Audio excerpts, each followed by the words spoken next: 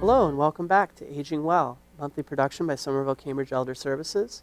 I'm your host, Nathan Lamb. With me today, I have two very knowledgeable guests, Corrine Lofchie and Jen Shaw. And we're going to talk today about things to do when you're 65 and health insurance. And you guys have a wealth of information on those topics, so I can't wait to get started on that. Before we start, would you guys like to introduce yourself? Sure. So as you said, my name is Corrine Lofchie, and I work as an elder care advisor at Somerville-Cambridge Elder Services, and I'm also a SHINE counselor, and SHINE stands for Serving the Health Information Needs of Everyone. So we help people, especially with Medicare, but also with mass health and other health insurance issues. So and I work as well in the Aging Information Department, is called, where we provide information referral for a range of services and programs. I love the Age Information Center. You guys do great work. Thank you.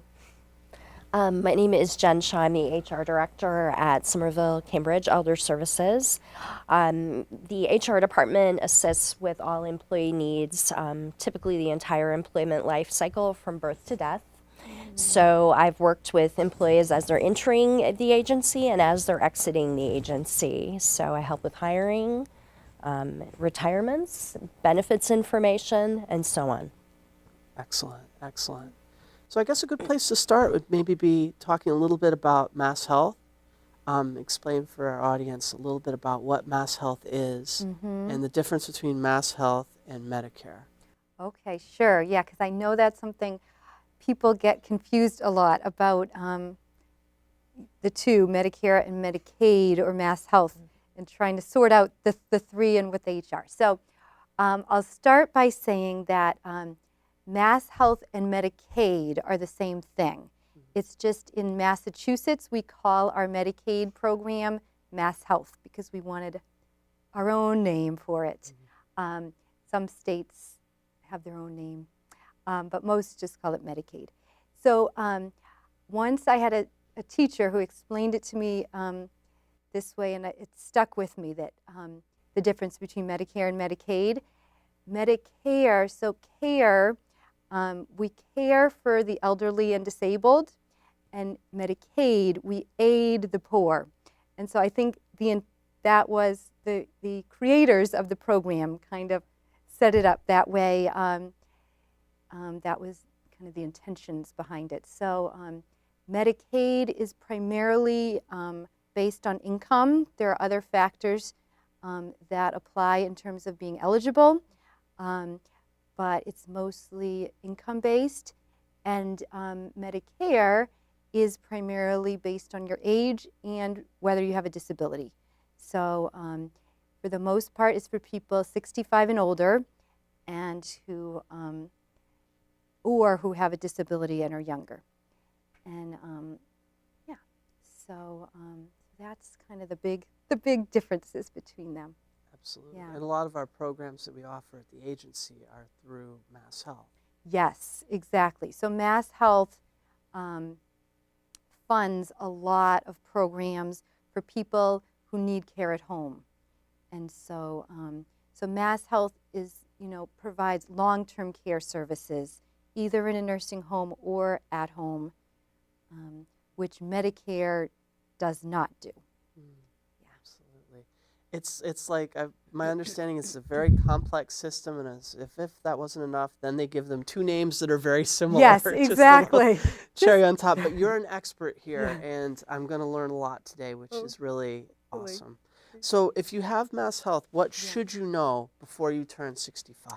Yes, so this comes up a lot with clients we work with, because it's something that doesn't make sense to people, but is the reality that when you turn 65, the rules change in terms of who is eligible for mass health, and it gets more difficult. And people ask me, like, that makes no sense. Why should you be penalized for turning 65?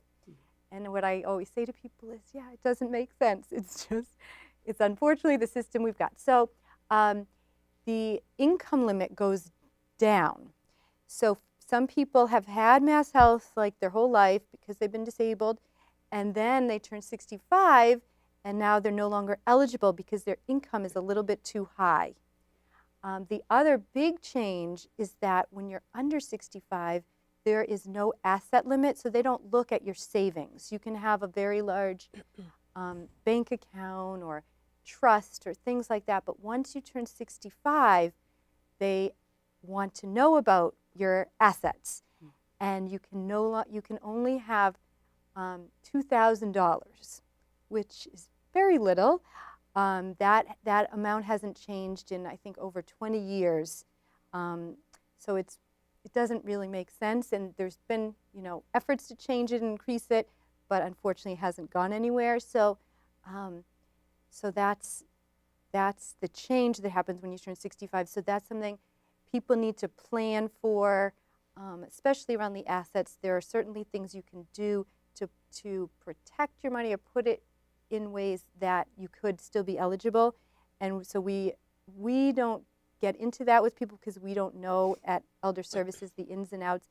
But if someone has assets, we recommend they meet with an elder law attorney who could advise them if there are things they might be able to do that then they could qualify for Mass Health. Absolutely. So do you get a lot of calls from people who are about to turn 65 on Mass Health wanting to know? Yes, we do. Usually, unfortunately, it's after the fact.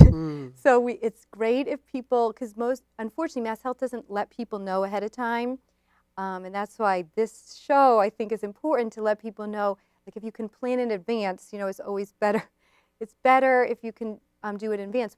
Usually what happens is people lose their Mass Health because they're over 60, they just turned 65, and then they come to us, I lost my Mass Health, I don't know why, and they have lost a lot of things that are really important, like, they no longer can get certain types of healthcare services, so it's a real problem. So it would be really helpful if people knew in advance, but unfortunately, that's usually not the case.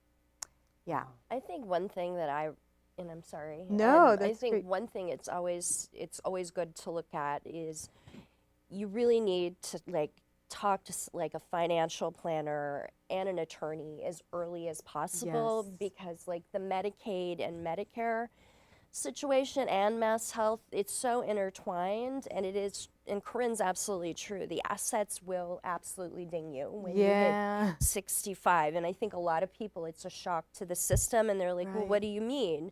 I have all this money saved, and this is the reason why I did this, and now you're telling me I'm not going to get the retirement benefits that I'd so thought I was going to get when I turned 65. Right. So although we're, I think, classically conditioned to do it when we're 65, I think it's always really good to start earlier, even when you're 30, when we're not thinking about these things. So we can start planning ahead and knowing what we can do with some of these assets so we can protect them moving forward.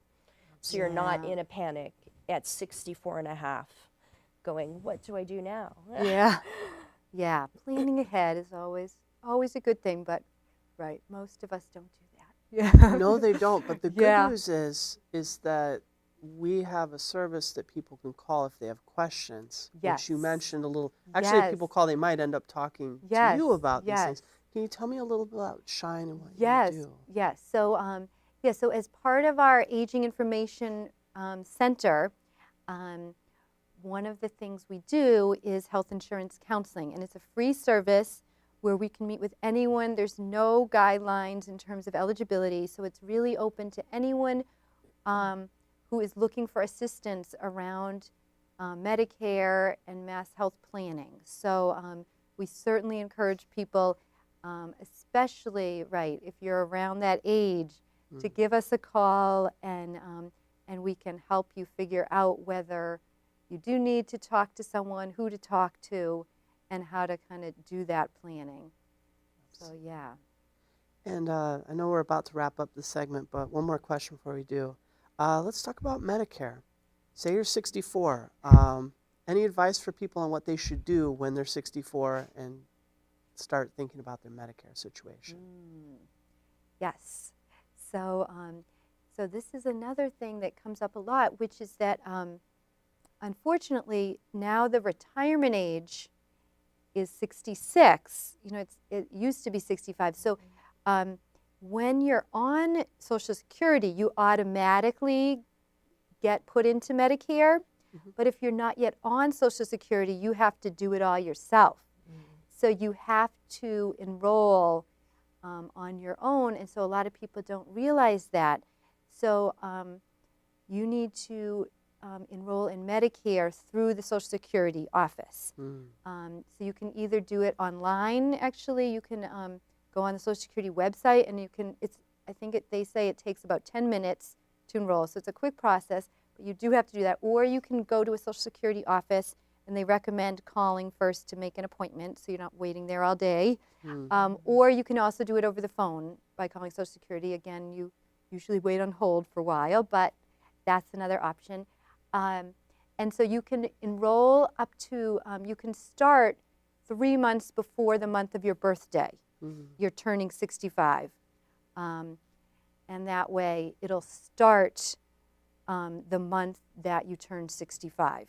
So if your birthday is like January 15th, if you enroll before January, your Medicare will start January 1st. If you wait longer, like if you enroll during the month of January, it'll start February 1st. It always starts like the next month. So. And what do you get when you enroll in Medicare?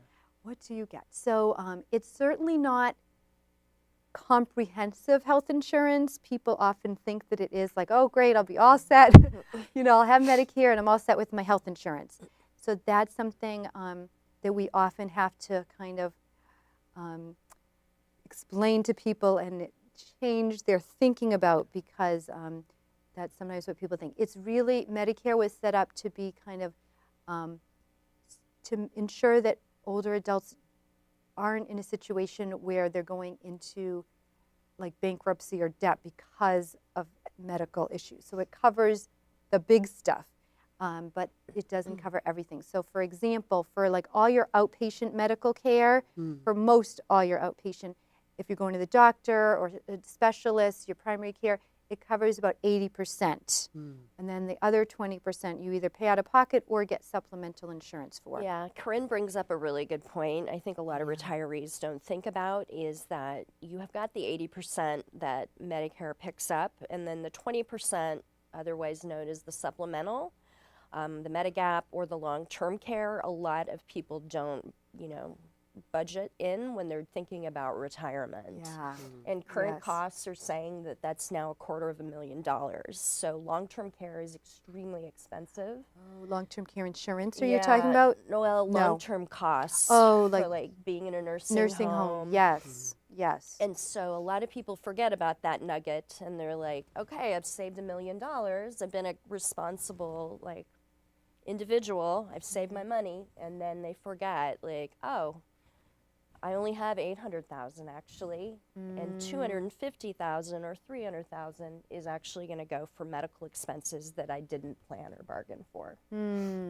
Yeah, potentially, right. That is potential. So you actually bring up a really valid point, and those are things that we do that I always try to remind retirees, because a lot of them, especially if your employer doesn't offer retiree health insurance, it's not in your post-retirement package.